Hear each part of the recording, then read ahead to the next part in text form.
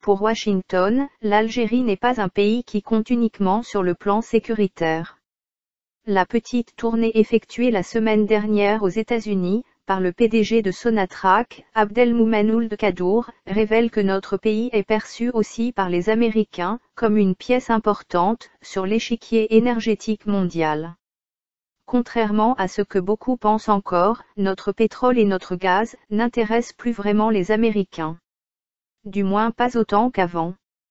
Cela vaut surtout depuis qu'ils ont commencé à exploiter leurs gisements d'hydrocarbures non conventionnels. Désormais, du pétrole et du gaz, ils en ont même à revendre.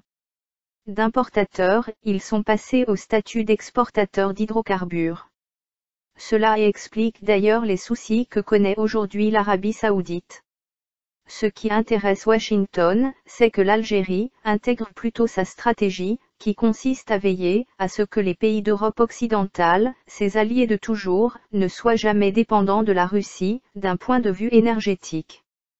C'est probablement le sens à donner au souhait exprimé par les États-Unis de lancer un partenariat avec l'Algérie pour assurer la sécurité des approvisionnements de l'Europe.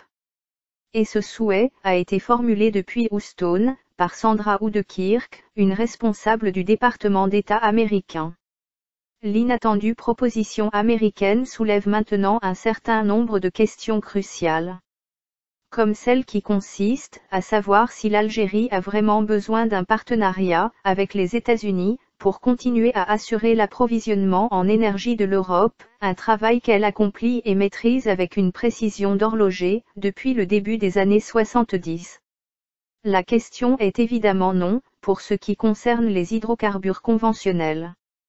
Si, par contre, Sandra Oudekirk faisait allusion aux hydrocarbures de schiste, il est clair que l'Algérie est encore loin de maîtriser les techniques pouvant permettre leur extraction.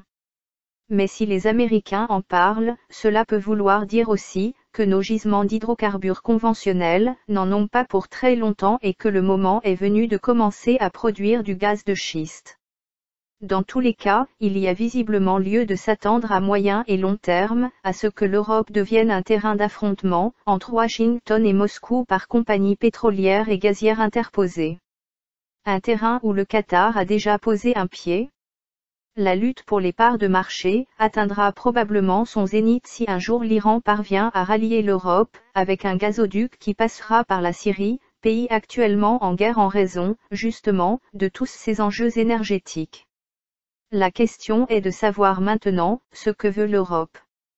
Et à en croire Abdelmoumen Ould Kaddour, les Européens n'ont jamais été aussi versatiles et flous, ajoutant que si partenariat il y a, celui-ci doit se faire sur une base de gagnant-gagnant.